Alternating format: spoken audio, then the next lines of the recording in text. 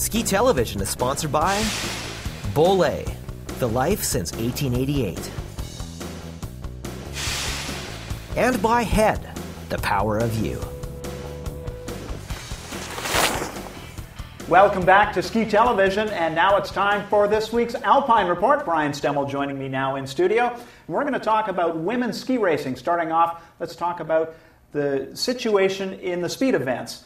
We've had such a great history, Brian, of women's speed skiers in Canada. Nancy Green, Olympic medalist back in the 60s. Jerry Sorensen, Betsy Clifford through the 70s. Then Olympic gold medalist Karen Lee Gartner in the 80s. She passes the torch to Kate Pace-Lindsay. And then the latest generation, Emily Bryden and Britt Janik, well, they've already retired. Kelly Vanderbeek and Larissa Urquhart, who remain on the Canadian team, have been injured. So where do we go from here? Yeah. Where is everybody? Where are all the downhillers on the women's team? And that was the beauty of watching women's ski racing back then, because they were winning. Olympic medalists, world champions. They were passing the torch on as they went. It was way better than watching the men, because the women were stepping up in the big games and winning those events. And they have a tough time set out for them right now, especially with Kelly Vanderbeek and Larissa being injured.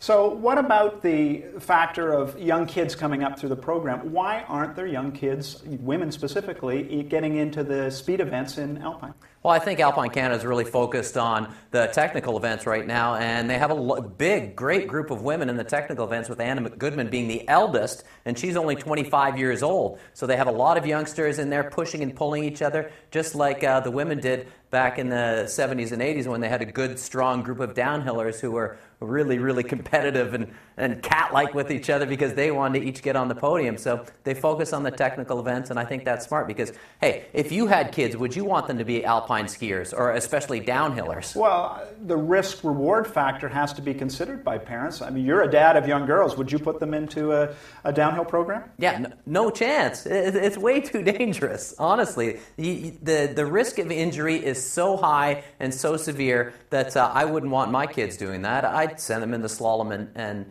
giant slalom for sure. Maybe give them a good base to work on. I think that's what Alpine Canada and Max Gartner has done. They're working with a Cisco Gold Company, who's one of their sponsors, to have some of us alumni work with these young kids in a safe environment, teach them the skills of downhill at the beginning in the early stages, and work them up slowly and progressively so they don't get injured. They aren't scared, because I've heard a lot of women get in that start and they go, oh my gosh, I never want to do this again.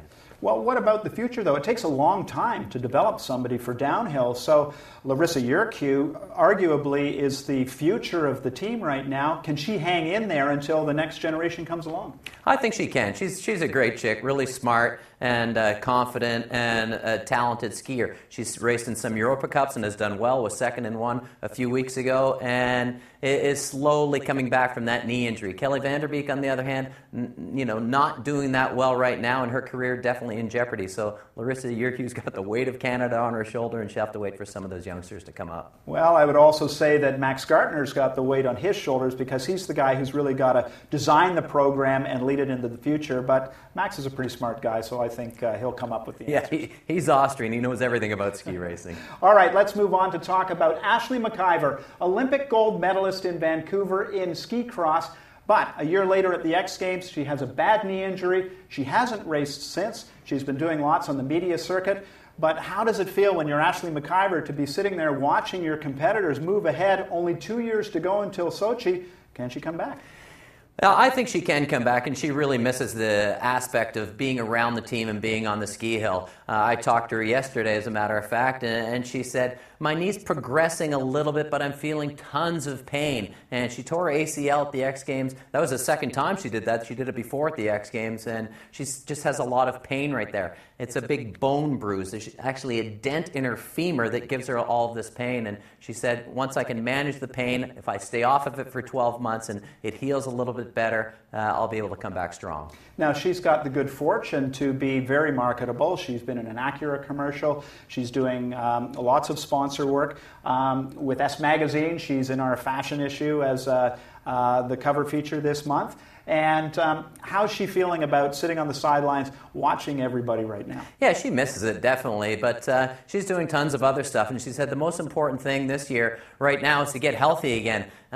She's skied 4 or 5 times, that's about it, and her knee swells up and gets very stiff. Even after a big weight session, it gets stiff, and she really has to manage that. But what she's happy about is there aren't any big events this year. There's no Olympics, there's no World Championships on ski cross, and she wants to defend her title in Sochi. I was really happy and surprised to hear that. All right. Well, we'll look forward to Ashleigh McIvor returning to World Cup ski cross as soon as possible. But that wraps up the Alpine Report for this week, and that wraps up another week of ski television. So thanks for joining us. I'm Chris Robinson for Brian Stemmle. Stay tuned for FIS World Cup freestyle skiing right here on Sportsnet. Jeff Beam will join me for that right after this break. We'll see you soon.